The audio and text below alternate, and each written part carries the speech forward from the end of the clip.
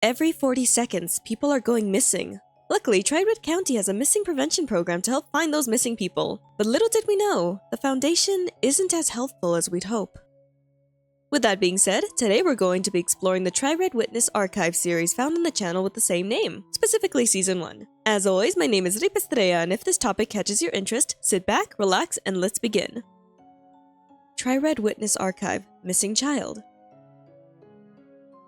The first video opens by showing us a presentation of what to do when a child goes missing in TRYRED Park. Having a child go missing is a very challenging thing to deal with, but TCMPAP can help. This stands for TRYRED County Missing Person Action Program. A bit of a mouthful. But with this program, we get a helpful guide. Now, the logical step is to call the police to notify them about the missing person, but another very important step is to calm your emotions first, because being overwhelmed can make you act irrationally. After getting told that tip, we're now going to be presented with a scenario. The scenario is about two parents losing their daughter. The mother is acting hysterical while the father is keeping his composure. The reason why the father is so calm is because he remembers the easy 4 steps to find his daughter. Now, the steps to find their daughter goes as so. Step 1. Remain calm. Step 2. Stay exactly where you last saw her. Step 3. Describe to the park ranger what little blank was wearing. The footage then glitches again, and the park rangers looked a little unsettling for a moment, and there was a long, awkward pause. Eventually, we get shown Step 4. Accept the fact that you'll never see her again. Yikes. The screen turns dark, and soon we get shown the outline of a little girl. Then we see text. They never found me. They told me to go to the forest. They had a gift for me. I wanted to be loved, and is what they gave me. They loved me first. Do you remember me? Home is here. Suddenly, loud noises started to go off, and we see images of someone in a mask. After this, we then cut to footage of someone running outside holding a missing flyer. The person running was calling out to someone by the name Alex before they tripped, and when they looked up, we can see figures that looked like people, and they were in masks. We then return back to the guide, and it continues as normal as if those few minutes of footage didn't happen. And in the end, the presentation leaves us with the statement saying that they're here to help us find you. And that's the first video. Now, maybe I'm just paranoid, but I have a bit of a distrust for TRYRED Park. Parks are supposed to be fun, and park rangers are meant to keep the area safe for everyone, but if there's a big enough issue that there's so many children going missing, we should be alarmed. Not only that, but I don't even think the park rangers should be trusted. That one distorted image makes me feel, unsure of everything. Could there be a cult? Weird paranormal stuff? Clearly, these children are being lured in with promises of gifts and love. Suspicious. What's up with those masks? But I guess the only way to truly understand what's going on is by continuing, so let's keep going. TRYRED Witness Archive, Missing Program.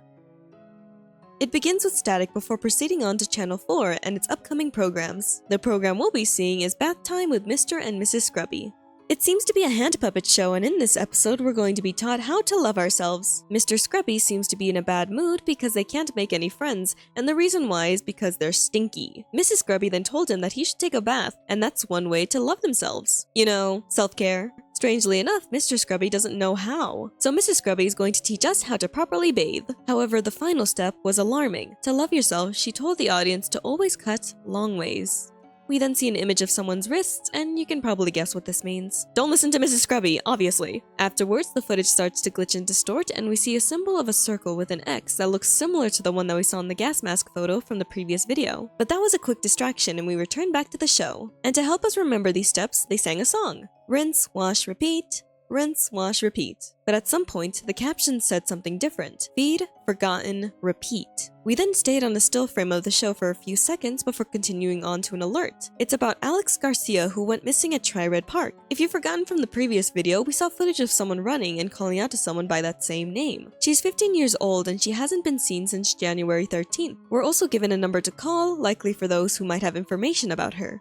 There's also another missing poster, but with the name Adriana Padilla. Her whereabouts are unknown, she's 20 years old, and she's been missing since February 13th. There's also Jake Garcia. This might be the same person in the footage that we saw running with the missing poster calling out to Alex. His whereabouts are also unknown, he's 19 years old, and he has been missing since March 13th. There's also Jade Green, last seen in TRYRED Entrance Park, aged 24, and went missing on April 13th. We lingered on Jade's image for a while, and the unsettling thing that happened next was a face slowly falling down to cover hers. It's a creepy mask, with a familiar symbol of a circle with an X. Once it covered her face, the image started to distort, and we see an illustration of Jade in that mask before everything returned back to normal, with the happy music playing in the background. Jade continues to linger on the screen, and for a moment, it seemed like her image smiled at us. Wow, maybe there is a cult. Ooh.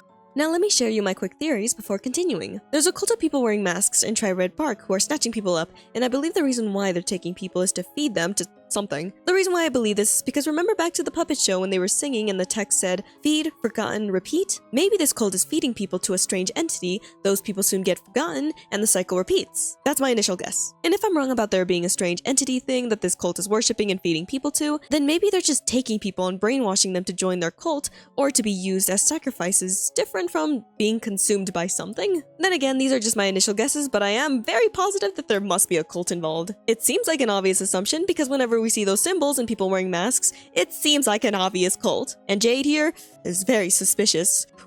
Anyways, with that out of the way, let's continue to the next video. TRYRED Witness Archive Missing Project.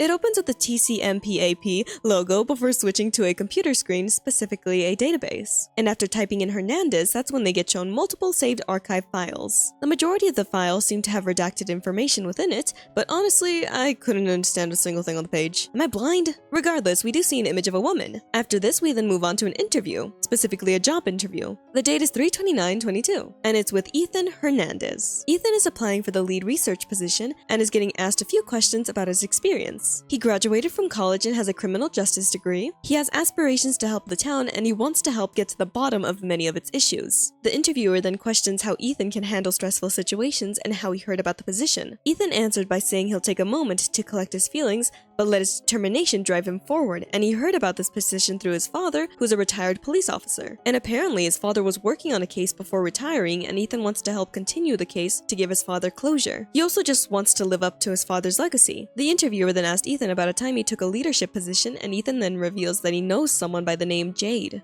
Interesting. In this story, he went out camping with his friends and Jade was stung by a bee. Because his friends were squeamish, it was up to Ethan to use the EpiPen on Jade. The interview then continues with Ethan explaining that he's well organized and his only weakness is things that are too close to home. And in the end, the interviewer asked if Ethan would be the one capable of slowing down the 40-second occurrences in which people are going missing. Ethan, of course, wants to slow it down before it could get any worse. We then exit out of this file to open another one, which was a white screen and I think text in the middle, but I couldn't read it. We then cut to a black screen before eventually it turned to white again, and we get presented with TCMPAP TRYRED Witness Foundation. We also see the TRYRED County Police symbol, SF Production Business Acquisitions, and Project Alex Charity owned by Mayor Garcia. And what we're going to be shown is work instructions along with additional info. The beginning is the job description. It reads as so: empower family members of missing persons to enter and search case information, i.e. builds a strong foundation between criminal justice and the families to find the whereabouts of the missing person. After this are instructions of what to do: searching the internet and public databases, studying police reports, and to obtain basic information about the missing person. As for what the police will do, the police will ensure safety. But the strange thing about this segment is what it says about finding evidence. It must be discarded and not reported. Do not keep for evidence pops up for a second before cutting, then proceeding on to rules. The FCKQD rules: find, collect, keep quiet, and discard. We also get shown a list of items that need to be discarded. The most interesting one in the list is discarding all masks. With that being said, the footage then glitches before returning back to normal. However, there's an error in the training course, so it had to be reset. After restarting it, we learn more about TRYRED Witness Foundation. The foundation was found on January 11, 2000, and it was found due to the 1999 40 seconds phenomenon. For 4 months, teens and young adults constantly went missing every 40 seconds. Because of this, the foundation partnered with the police in hopes to empower the people. They even provided therapy and healthcare. Another piece of history is that volunteer groups can help aid the police in the search while also keeping families updated. A branch of this foundation was the TCMPAP, which soon became the TRYRED Witness Foundation. We also learned about Project Alex, the non-profit charity curated by Mayor Garcia.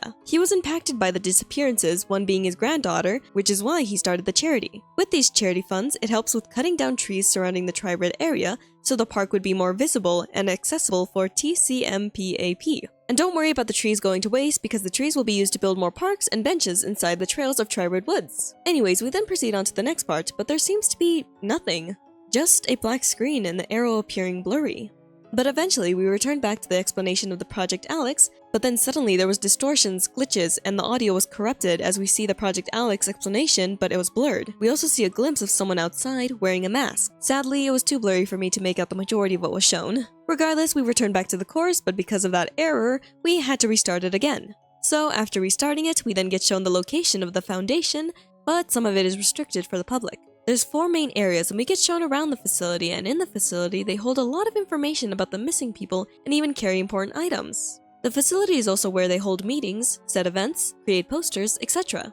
And not surprising, but the course started to glitch again, and when it starts talking about the executive room, it mentions that it's only accessible by the founders and creators. It can be accessed by crew members, and it specifically said, "You're not allowed inside. You may not enter this room," repeats a few times before cutting to black. Another interesting thing was that the voiceover let it slip that the room was used to keep bodies of dead, and then it cuts off there. Suspicious. Afterwards, it remained on a dark screen for a while, and no amount of trying to proceed forward changed that. That was until a door suddenly appeared, a plain white door. The arrow to proceed forward continued to be clicked until eventually we were given the option to reset the training course again. It was restarted, but rather than continuing with the normal course, we see the door again, but it's opened. After a moment of hesitation, we soon approached the door, and inside it was pitch black, but eventually we see a pair of eyes and an outline of someone. We also see text reading as so. "I can't feel anything. Alex, are you there? Are you there? Are you there? Are you there? Are you there?" Soon the text and the person faded away, and we stood there in silence until we heard stomping feet and heavy breathing. And popping up from below the screen, we see a figure with bloodshot eyes staring directly at us. We then see more text. "Wait, you're not Alex." After that, we get taken back to the hall that leads to the executive room and see more text. "I remember now." And during this, we hear muffled screaming and see someone crawling on the ground. Real quick, I'm assuming this is Jake Garcia because that's the only person I know of who's connected to Alex besides the mayor. But anyways, we see a photo of a mutilated body and a close-up of someone's pale face and their eyes darting side to side. After that, the screen turned red and we see another close-up of someone's face, which first appeared dark before eventually revealing their eyes and teeth. It almost looked like they had no skin. Anyways, their face started to warp and stretch around the screen, and the audio started to distort before eventually cutting to black. It was silent for a second, but soon we got congratulated for finishing the course. But there's one last thing before the completion of the orientation. It's a video. And surprisingly, we see Jade, but there's an audio error. However, we still hear a voice. She's embarrassed about being in camera and sharing her feelings, but she's feeling low and lonely. Her body is aching for something new, and every day feels the same. She is stuck, and if she doesn't do anything, she'll forever be stuck. We then cut from that and see TCMPAP folder dated February 21st, 2022. And there's also a name, Jake Garcia.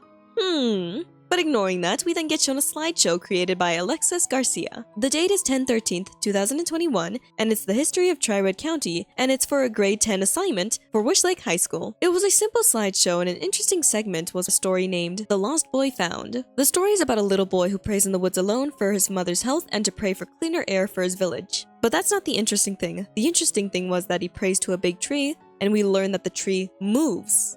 Suspicious and interesting? This seems kind of important, so keep it in the back of your mind. Anyways, back to the slideshow, we also get shown interesting facts about TRYRED. One of these facts is that people go missing every 40 seconds. And this was Alexis's presentation. We cut to black, and in the end, we hear a voice getting ready for something. For what? A game. Which is coincidentally the next part. But before we get to that, let me reiterate what I've been saying before.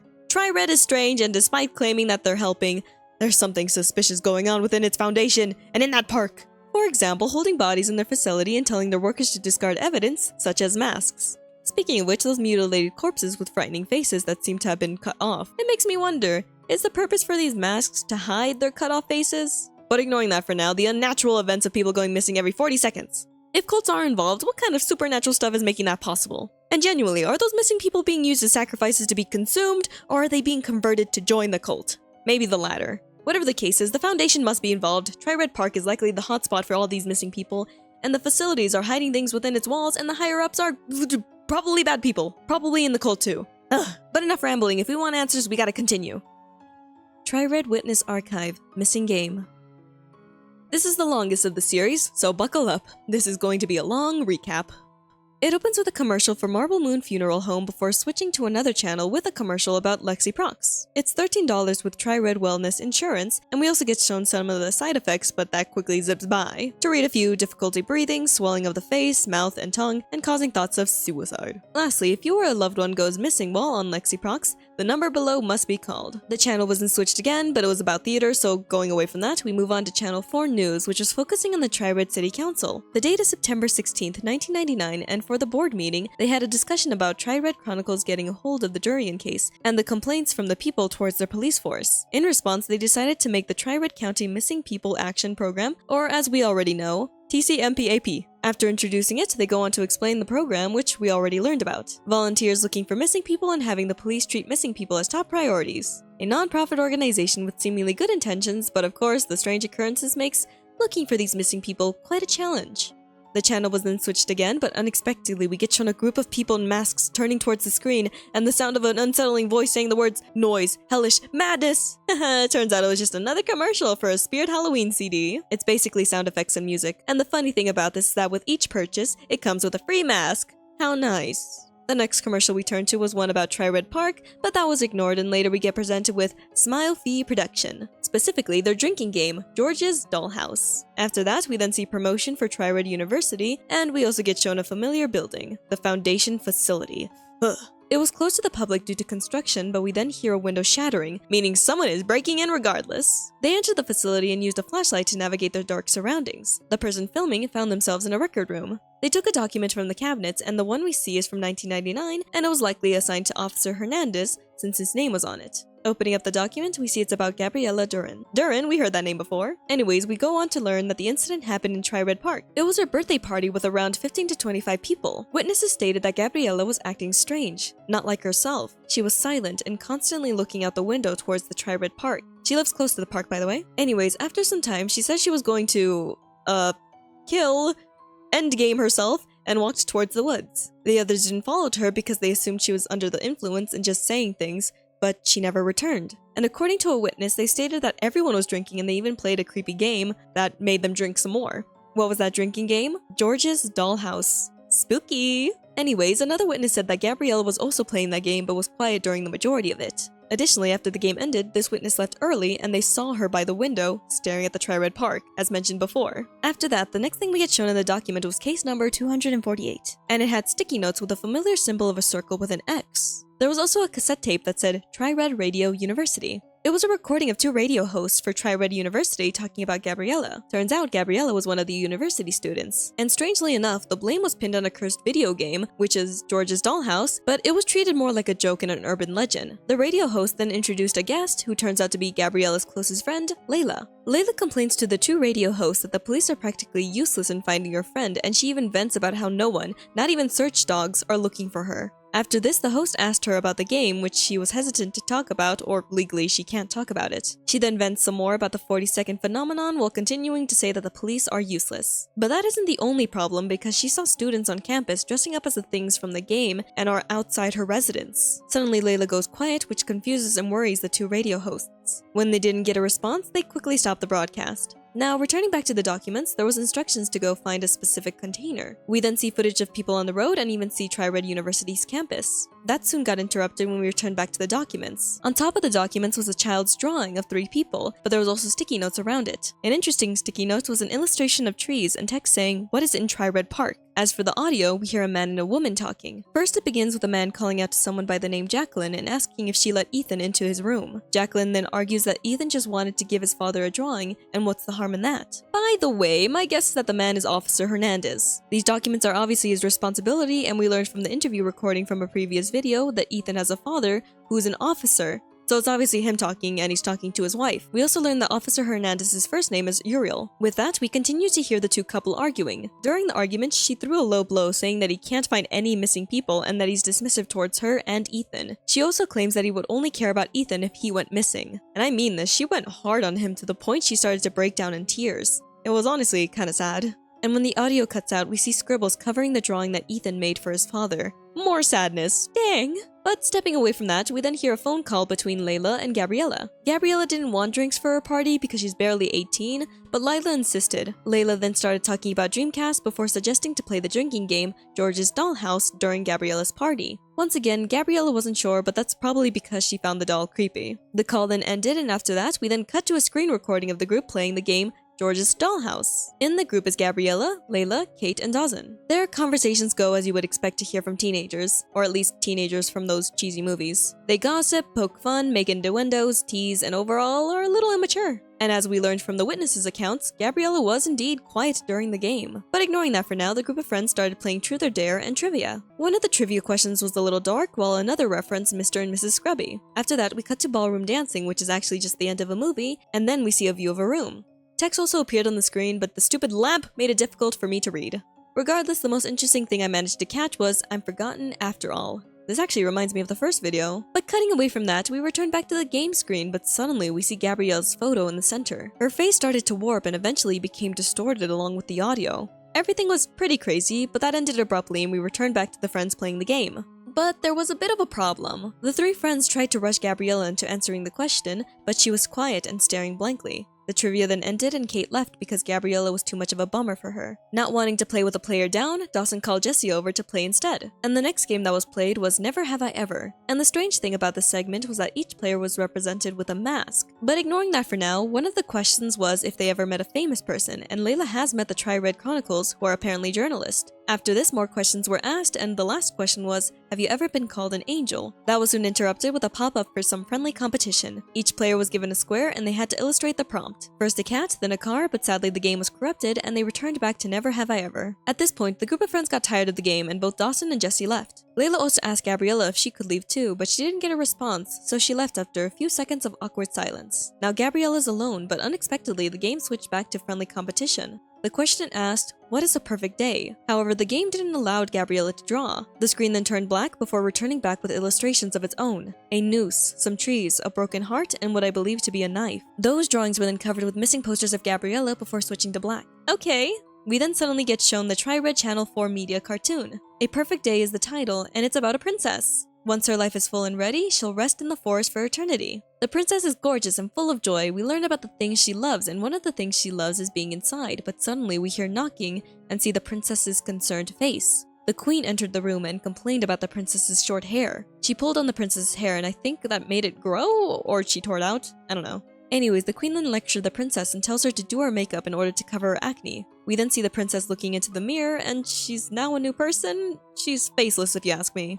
Afterwards, the princess had to look for a dress, but the queen claimed the princess was too flat, so she had to wear a corset. Now the only thing left for the princess to do is to find shoes. The princess wanted to wear her lucky shoes because it's her special day, but the queen didn't like those shoes and gave her another pair, some heels. She claimed the princess needs to look taller if she wants to find a prince. Honestly, the shoes don't look comfortable if you ask me. Anyways, the queen seemed pleased with the changes she made the princess go through. We also see the disturbing image of the princess with the quote-unquote improvements. The image then started to get stained with droplets of red liquid and the background noises started to become more distorted until eventually everything turned dark. After a few seconds of silence, we suddenly hear the voice of Dawson questioning why Gabriella is staring at a black screen. We then see a familiar symbol of a circle with an X in the middle and hear a brief scream before switching back to the audio from the party. Jesse seems concerned for Gabriella while Layla told him to just leave her be. We then hear Gabriella leave and we return back to the document. The next thing we get shown in the document is case number 249. We also see news clippings of the 40-second phenomenon. Another thing in the document is of a person by the name Neil, who's a photographer. In the notes, he refuses to share any information about the 40-second phenomenon article. He also refuses to talk about the journalist with the name Marie Ramirez. We then see Marie's document. In her notes, she was diagnosed with dissociative disorder, which she developed as a side effect from the Lexiprox medication. After that, we then get shown a cassette tape, and there's a note saying that the tape contains footage from TRYRED Chronicles employees Marie and Neil. Obviously, we get shown the tape and the two are on the road and discussing Gabriella's case. It's obviously unsettling, but Marie dismisses it by saying that it's just a teenage girl being a teenage girl. We then jump cut to the two reaching their destination and Marie was ready to go while Neil was a bit hesitant. Is that a cat? Anyways, they entered the building and they found the documents on Gabriella. But at some point, the flashlight started to malfunction and when it eventually turned on, Neil found himself in a room with a bunch of drawings, many of which had that familiar symbol of a circle with an X. There was also a note saying, "I will never leave this room." Creepy stuff, honestly. The two then returned back to their car and tried to figure out what they just witnessed. first. Neil thinks that Gabriella is just psycho, while Marie wants to find her storage and hopes to find a journal to get more insight. We also hear Marie taking her medication, which is likely the Lexiprox. We then cut to the next morning and the two are investigating Gabriella's storage. Neil thought this was useless, but Marie was determined to share Gabriella's story, so she needed to find something, anything. Marie is frustrated with the police and she doesn't want to be the next person going missing, so she has to do this. And if it means taking it in her own hands, she will. And one plan she had was using scare tactics,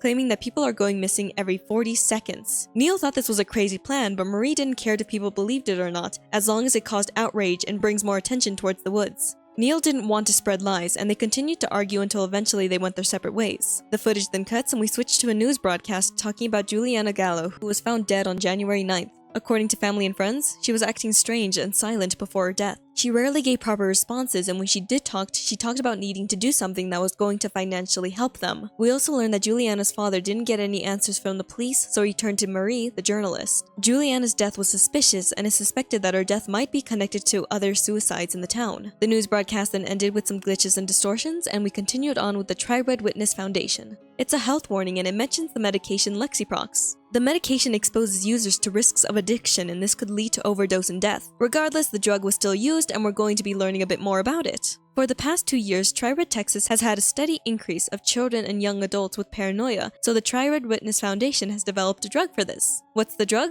Lexiprox, obviously. We finally get to learn the purpose of this drug. This medication attacks the part of the brain that causes paranoia. We also learn what that part of the brain is. It's a central hub in the human brain for processing emotions and integrating them in various cognitive functions such as memories, learning, and sensory perception. When functioning improperly, it may raise to disruptive feelings and associated symptoms. I'm going to say this right now, paranoia can suck if there's an abundance of it, but humans need this feeling. Without it, we'll constantly run into danger and get ourselves killed. Listen, I'd rather be paranoid than dumb. But anyways, that's what the drug is attacking. And do you want to know what's the unsettling thing about this? The drug has the same symbol of a circle with an X that we've been seeing constantly throughout this video. Immediately, I distrust it. But people in this universe don't know better, so Anyways, the drug enhances GABA levels in the brain in order to induce calmness and relaxation. This is perfect for those with anxiety disorders because it helps maintain composure during high stressful situations. It also reduces panic attacks, and it apparently regulates excessive physiological arousal. What that is what causes the fight or flight reflex in people. That seems kind of important to have, but okay, whatever. This drug is becoming more suspicious, but that's not all because we're now going to learn about the risks.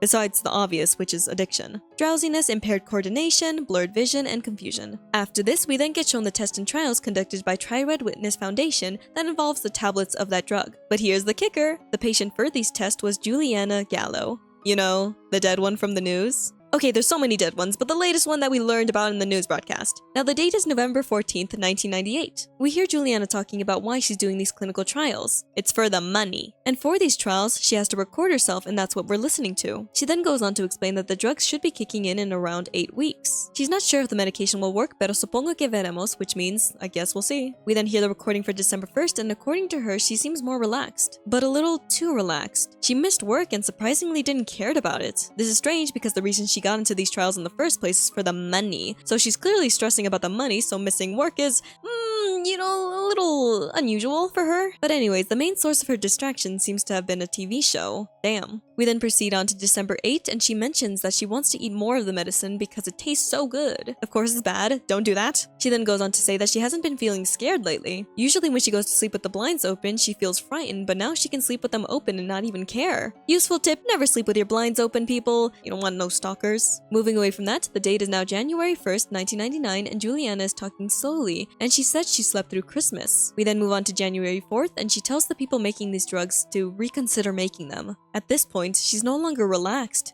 She's yelling, screaming. She goes on to say that she can't remember taking them, and she says that she's lost her job. She can't think straight and she doesn't understand what's going on with her. And the strangest thing she said was this: "I'm so scared I can see them watching me through the blinds." We also see text reading, "We are here to take you home to your mom. How alone you must have felt." And during this, the footage started to distort and glitch, and we see Juliana's face start to warp until her facial features disappeared. We even see a newspaper briefly flashing on the screen talking about her death before returning to the photo of her smiling face. We also hear a voice saying, "I feel great." Sure thing, Tony the Tiger.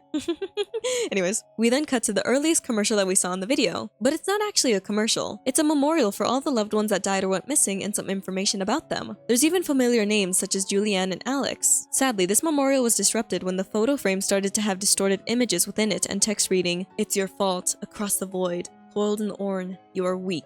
We also hear screams of agony in the background before it cuts back to the documents. On top of the documents, we see a crumpled paper reading, "Beyond the blue, there is something waiting for you." We then cut to blue static and sometimes hear a distorted voice in the background. And according to the captions, the voice said this, "She's dead? She did it because of her medication. It makes her so angry. I don't know why." After that, we then cut to footage of who I believe is Marie, and I'm not sure what she's doing, but she turned on the shower. We then see other clips distorted into the footage, and it shows someone in a mask with a familiar symbol of a circle and an X, and they're sitting in a dirty bathtub. We then cut back to Marie, and she was cutting. Yikes. We also see the masked person soaking some more in the bathtub before everything turned dark, and in the end we see someone by the name Ethan introducing himself to the camera before we cut to the credits. With that, this is the first season of TRYRED Witness Archive. You know what that means? It's time for my final thoughts of the series and to share some of my theories. Also, real quick, many people are connecting this series to the Slender Man and the Operator, which is a fun thought, and I do see a lot of the connections. But I'm going to ignore that. The reason why is because as fun as that is, I want to focus on the series as its own thing regardless of similarities, so let's just treat all those things as references and Easter eggs, and let's just, yeah. Anyways, theory time.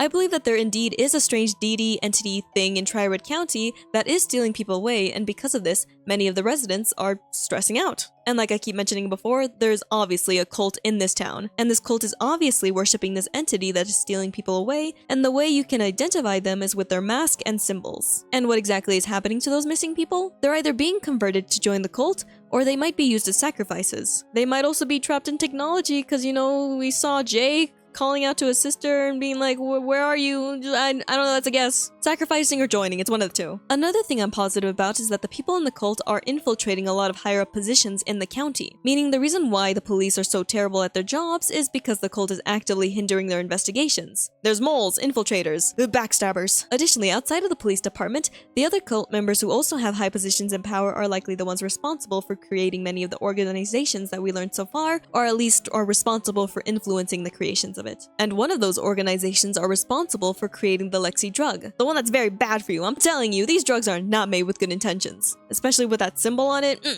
This drug is making it so people lose the human response to run away from danger, or it messes up people's minds so much that they become reckless and stupid. Or maybe they become crazy enough to be influenced to join the entity's cult. Like, damn. Also, random thought, I kind of believe the entity has a random obsession with taking their victims' faces. The reason why I think this is because of the corpses that we saw with the imagery of people with messed up faces. Like, there gotta be a reason why their faces look like that, right? And if it's not that, another thought that I have is that maybe the most devoted followers do this as an offering for this entity, or they do that to themselves to prove loyalty, and that's why they wear masks? I don't know. If the mask is not to hide their identity, then maybe it's to hide their cut up faces.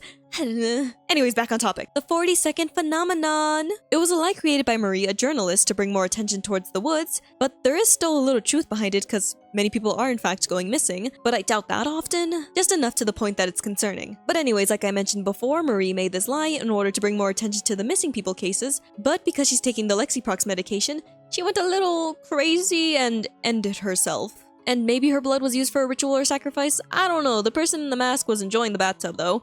I also believe that there's some crazy stuff tampering with technology. Operator reference? Shut up. But yeah, the weird glitches and distortion is likely this entity is doing. And if I had to guess, maybe it can do some brainwashing stuff through the screens too. That could explain a little bit about what happened with Gabriella during the party. That game was weird, and I don't trust Mr. and Mrs. Scrubby. But regardless, that's all my thoughts of this series. A frightening entity, a cult, an untrustworthy organization, people on drugs, and this stuff being likely connected to, you know, Operator, Slenderman, whatever stuff, but I'm going to ignore that stuff for now, even if it's fun. But yeah, that's my thoughts. It was honestly a fun series that kept me jumping from theory to theory, and catching the little references always made me smile. If you're interested in checking it out, the links are in the description. Woo! And as always, my name is Ripa Estrella. Don't forget to like, subscribe, do that funny little notification thing, maybe follow my Twitter, and I better not catch you dying on me. See you next time!